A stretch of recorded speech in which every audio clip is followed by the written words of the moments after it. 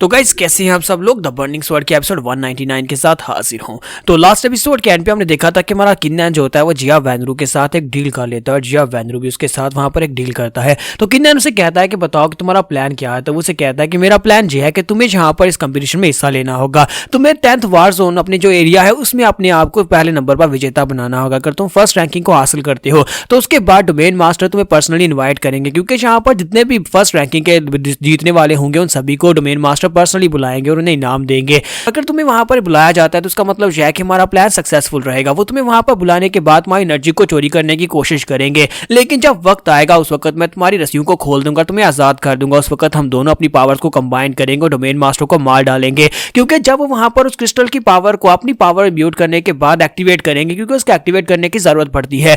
Activation के दौरान उनकी एनर्जी बहुत ज्यादा लो हो जाएगी। उस वक्त तुम्हें उसे मारना होगा और हम दोनों मिलकर इस प्लान को बहुत ज्यादा सक्सेसफुल बना सकते हैं। तो क्या तुम्हें लगता है कि तुम ये कर सकते हो? तुम्हारा किन्नैन कहता है कि हाँ मैं ये कर लूंगा, और इसी के साथ ही हमारा किन्नैन उसे कहता है ये आइडिया काफी ज्यादा अच्छा है। इसी के साथ ही हमारा किन्नैन उसके साथ हाथ मिलाता है, जिया वैनरू भी उसके साथ हाथ मिलाता है, उसे कहता है तो फिर ठीक है, जिस दिन तुम्हें यहाँ पर अपॉइंटमेंट मिलेगी उस दिन टाइम के पर पहुंच जाना और अपने प्लान को पूरा करना। मैं भी यहाँ पर अपने प्लान को पूरा करूंगा। और वहां से चला जाता है। जबकि हमारा किन्नैन सोच रहा था यहाँ पर इस दुनिया में कोई भी मुफ्त में कुछ नहीं करता और मुझे लगता है कि इसे यहाँ पर इसका कोई ना कोई बेनिफिट तो मिलने वाला है, लेकिन अगर इसने मुझे डबल क्रॉस किया तो मैं इसे मार डालूंगा। तो नेक्स्ट सीन अरीना का दिखाया जाता है, जहां पर रेफरी सभी से कहता है कि यहाँ पर हम लोग अपने 10th वार जोन के कंपटीशन को स्टार्ट करने वाले हैं। सभी लोग कंपटीशन के रूल्स को सुन लो। जहां पर सभी कंटेस्टेंट को एक दूसरे वर्ल्ड में भेजा जाएगा, एक दूसरी राम में भेजा जाएगा, जहां पर सिर्फ और सिर्फ कंटेस्टेंट्स होंगे और सभी कंटेस्टेंट्स वहां पर एक साथ फाइट करेंगे। हर एक जोन से 3-3 कंटेस्टेंट्स को वहां पर भेजा गया है। एंड के ऊपर जो कंटेस्टेंट बचेगा उसके पॉइंट सबसे ज्यादा हायर होंगे और जो सिंगल कंटेस्टेंट लास्ट के ऊपर बचेगा वो फर्स्ट रैंकिंग के ऊपर आएगा।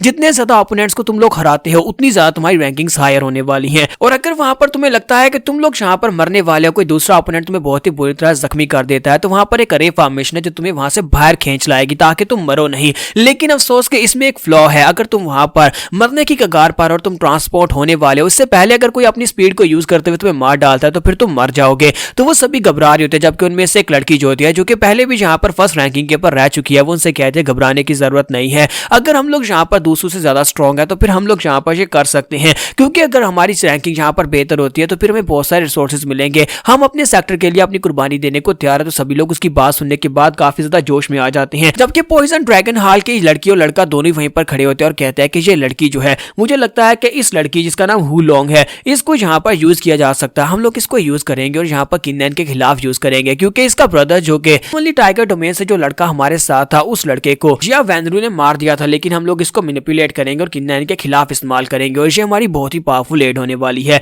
और इसी के साथ उन सभी को वहां पर से जाने का कहा जाता है। जब उन्हें जाने का कहा जाता है तो ऑप्टिमस स्वॉर्ड सेक्टर के तीनों लड़के भी आगे बढ़ते हैं और उनसे कहते हैं देखो तो जरा यहाँ पर कौन से कचरे खड़े हैं। यहाँ पर डिवाइन डार्क डोमेन के लोग खड़े हैं जो कि सबसे लास्ट के ऊपर हैं। उम्मीद करता हूँ कि तुम लोग अंदर जाने के बाद जल्दी से मरोगे नहीं। इस बात से हमारे किन्नैन और उसकी टीम भी काफी ज्यादा गुस्सा होती है, लेकिन गुस्सा होने से क्या ही मिलेगा। तो ऑप्टिमस स्वॉर्ड सेक्टर के लोगों से कहता है कि हो सकता है कि तुम्हें यहाँ पर फिर लास्ट पोजीशन मिले या फिर तुम लोग वहां पर जाकर मर भी जाओ, लेकिन हमारी हालत तुमसे ज्यादा बेहतर है। तो एल्डर उनसे कहते हैं तो फिर ठीक है, तुम सभी लोग जा सकते हो। इसी के साथ ही फॉर्मेशन ओपन होती है और सभी लोग टेलीपोर्ट हो जाते हैं। तो हमारा किन्नैन वहां पर जाने के बाद बिल्कुल अकेला होता है। वो कहता है मुझे लगा ही था कि यहाँ पर हम लोग अलग अलग टेलीपोर्ट होंगे, अब मुझे जाकर उन्हें ढूंढना होगा। तो हमारा किन्नैन तेजी से आगे बढ़ता है। वो जैसे ही वहां पर से उड़कर ऊपर जाने लगता है तो वो शील्ड के साथ टकराकर ग्राउंड के ऊपर गिर जाता है। किन्नैन कहता है कि यहाँ पर एक बैरियर है जो हमें उड़ने नहीं देगा, मुझे यहीं पर ग्राउंड के ऊपर ही उड़कर आगे बढ़ना होगा। और वो ग्राउंड के ऊपर से आगे बढ़ता है। जबकि यहीं पर जिनलू को दिखाते हैं कि जिनलू जो होती है वो आगे की तरफ बढ़ी होती है और कहते हैं कि मुझे किन्नैन और सिस्टर मो को ढूंढना होगा। इसी के साथ ही कोई नाइफ से उसके ऊपर अटैक करता है।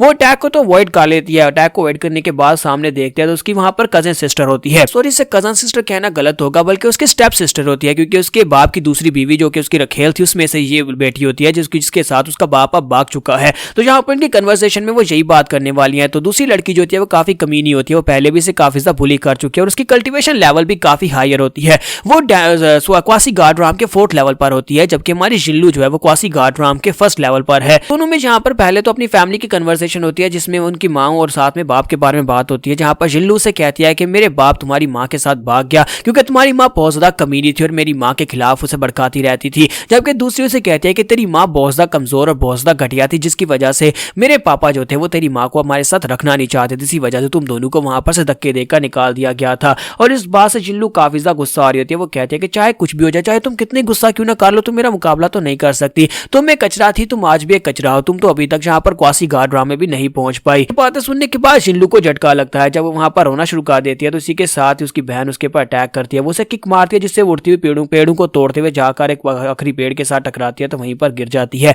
उसके मुंह से ब्लड निकलना शुरू हो जाता है। जबकि हमारे किन्नैन को भी महसूस होता है जिल्लू की एनर्जी है वो तेजी के साथ भागता हुआ उस तरफ आगे बढ़ता है। तो इसी के साथ ही उसकी स्टेप सिस्टर आगे बढ़ती है और जिल्लू के मुंह के ऊपर अपना पांव रख लेती है और कहती है, मैंने तुम्हें कहा था ना कि कचरा हमेशा कचरा ही रहता है, तुम हमेशा से मेरे पैरों की धूल थी। और साथ ही वो उसके ऊपर अपने पांव से मारी होती है। जबकि जिल्लू को अपनी मॉम की बात याद आती है। जब अपनी मॉम से कहती है, क्या मॉम हम बहुत ज्यादा कमजोर हैं? उसकी मॉम उसे कहती है कि नहीं, हम लोग कमजोर नहीं है, कमजोर इंसान वो होते हैं जो कि दूसरों को कमजोर समझते हैं। और इसी के साथ ही जिल्लू जो होती है उसका पांव पकड़ लेती है और कहती है, मैं कमजोर नहीं हूं, तुम्हें लगता है कि मैं कमजोर हूं, मैं कमजोर नहीं हूं। अब मैं तुम्हें दिखाऊंगी कि मैं यहाँ पर क्या करने वाली हूँ। क्योंकि तुम्हें यहाँ पर हमसे अलग हुए 3 साल हुए, 3 साल में तुम यहाँ पर क्वासी गार्ड्राम के 4th लेवल पर पहुंच पाई हो। जबकि मैं यहाँ पर डेमी गार्ड्राम के 1st लेवल से क्वासी गार्ड्राम के 1st लेवल पर सिर्फ और सिर्फ 3 साल में पहुंची हूँ। यानी कि मैं बहुत ही जल्दी तुमसे आगे निकल जाऊंगी। और जिल्लू जो होती है बड़ी तेजी के साथ अपनी स्टेप टेक्निक को यूज करते हुए नीचे से निकल जाती है। स्टेप सिस्टर उसे कहते हैं कि इस बात से कोई फर्क नहीं पड़ता कि तुम क्वासी गार्ड्राम के 1st लेवल पर ही क्यों ना हो। किन्नैन भी वहां पर पहुंच जाता है और उसे कहता है, क्या सिचुएशन है, क्या मैं तुम्हारी मदद करूं? तो वो कहती है, नहीं, मुझे तुम्हारी मदद नहीं चाहिए, मैं इसे अकेले खुद हैंडल करूंगी।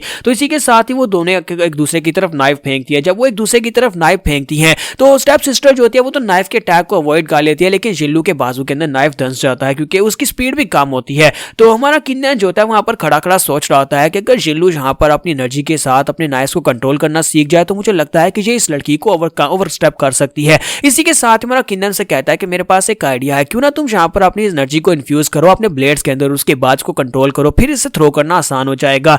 ये बात सुनने के बाद स्टेप सिस्टर कहती है, ऐसा नहीं हो पाएगा क्योंकि मैं भी सालों से इसकी ट्रेनिंग कर रही हूँ लेकिन मैं आज तक यहाँ पर एक भी ब्लेड को कंट्रोल नहीं कर पाई। तो जिल्लू कहती है कि मैं यहाँ पर कोशिश कर सकती हूँ। और हमारा किन्नैन उसे कहता है कि मैं तुम्हें बताऊंगा कि तुम्हें कैसे करना है। और इसी के साथ ही जिल्लू वहां पर उसको ट्राई करना स्टार्ट करती है। थोड़ी देर में वहां पर ब्लेड्स को कंट्रोल कर लेती है। स्टेप सिस्टर इस बात से काफी हैरान होती है और कहती है कि तुम एक कमजोर लड़की हो, तुम बेकार हो, तुमने ये कैसे कर लिया? इसी के साथ ही जिल्लू अपने ब्लेड्स को उसकी तरफ फेंक देती है और वो सारे ब्लेड्स उसकी बॉडी के अंदर जाकर धंस जाते हैं। और इसी के साथ ही अपनी स्टेप सिस्टर को मार डालती है। वो उसे कहती है कि मैं तुमसे बेहतर थी और आज भी तुमसे बेहतर हूं। तो हमारा किन्नैन उसे कहता है कि जिल्लू तुम तो वाकई में काफी ज्यादा स्पेशल हो, मैंने तो सिर्फ और सिर्फ तुक्का लगाया था कि ये काम कर जाएगा लेकिन तुमने वाकई में इसको पहली बार में परफॉर्म कर दिया। तो जिल्लू आगे बढ़ती है और जाकर उसकी गाल पे किस करती है और कहती है, तुम्हारी वजह से मैंने यहाँ पर अपनी फैमिली का बदला चुका दिया, मैंने यहाँ पर इस घटिया औरत से बदला ले लिया और ये तुम्हारा इनाम है। इसी के साथ ही उसे कहते हैं कि वहां पर खड़े खड़े ब्लश क्यों कर रहे हो, चलो जल्दी से आगे बढ़ो, हमें जाकर सिस्टर मूव को ढूंढना है। तो फिर साथ ही वो दोनों सिस्टर मो को ढूंढने के लिए निकल पड़ते हैं। तो जैसे वो वहां पर पहुंचते हैं जहां पर सिस्टर मो ने मिलती है,